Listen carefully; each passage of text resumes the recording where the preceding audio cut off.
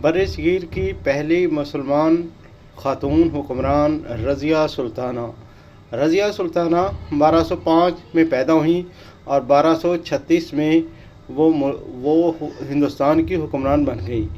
1236 سے 1240 تک ان کا دور رہا۔ اس دور میں انہوں نے کئی فلاحی کام کیے، تو یہ اسی بارے میں ویڈیو ہے۔ بسم اللہ الرحمن الرحیم۔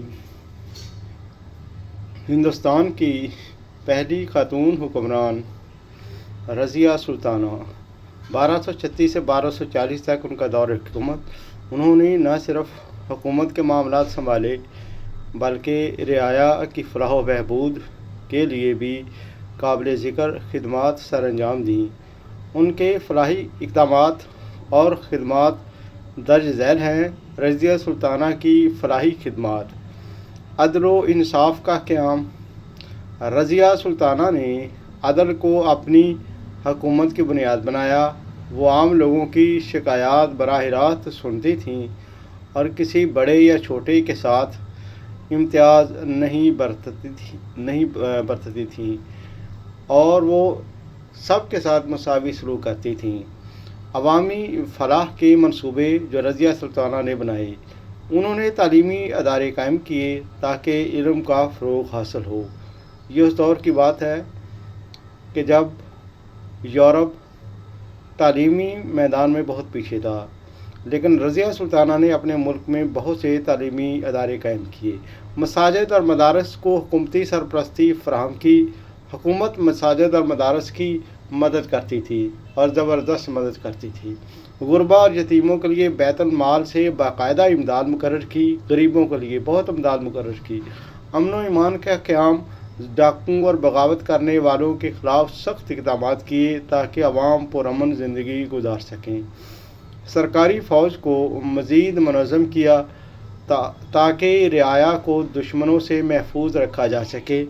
عورتوں کی حیثیت کی بہتری۔ وہ خود پردے سے نکل کر حکومتی امور سنبھالنے لگیں، جس سے عورتوں کو سماجی سطح پر ایک نئی پہچان ملی۔ رضیہ سلطانہ نے یہ ثابت کیا کہ خواتین بھی بہترین حکمران بن سکتی ہیں۔ بنیادی ڈھانچے کی ترقی۔ شاہراہوں اور راستوں کی تعمیر و مرمت پر زور دیا تاکہ تجارت اور آمد و رفت بہتر ہو۔ قلعے اور سرکاری عمارات تعمیر کروا کر انتظامی ڈھانچے کو مضبوط بنایا۔ یعنی یہ سرکاری عمارتیں بھی انہوں نے حکومت کی اور عوام کی حفاظت کے لیے قائم کی۔ علوم و فنون کی سرپرستی۔ علماء، شعراء اور فنکاروں کی حوصلہ افزائی کی۔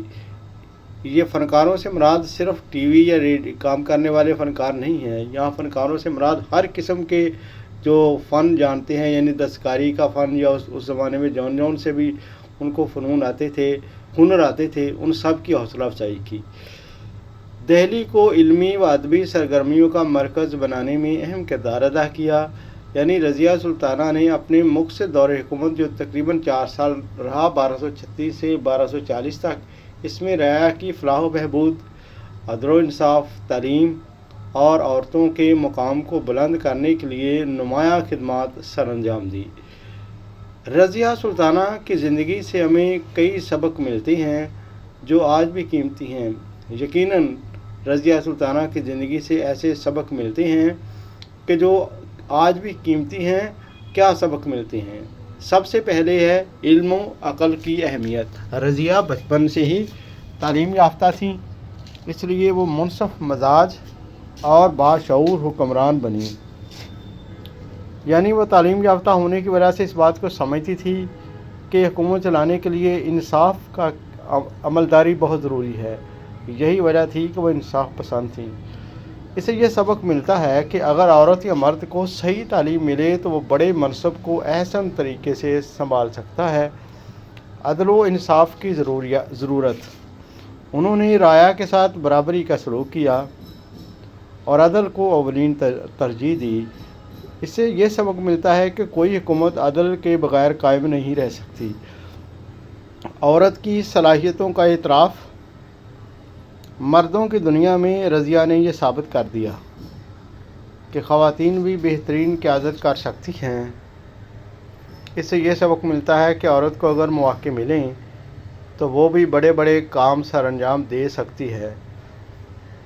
حوصلہ اور استقامت۔ رضیہ سلطانہ نے مسلسل درباری سازشوں اور مخالفت کا سامنا کیا اور انہیں سامنا رہا، کیونکہ وہ عورت ہونے کی وجہ سے شدید مشکلات کا شکار تھیں اور عورت کو حکمران ماننے کے لیے درباری امراء تیار نہیں تھے، لیکن وہ ان سب کے سامنے ڈٹی رہیں۔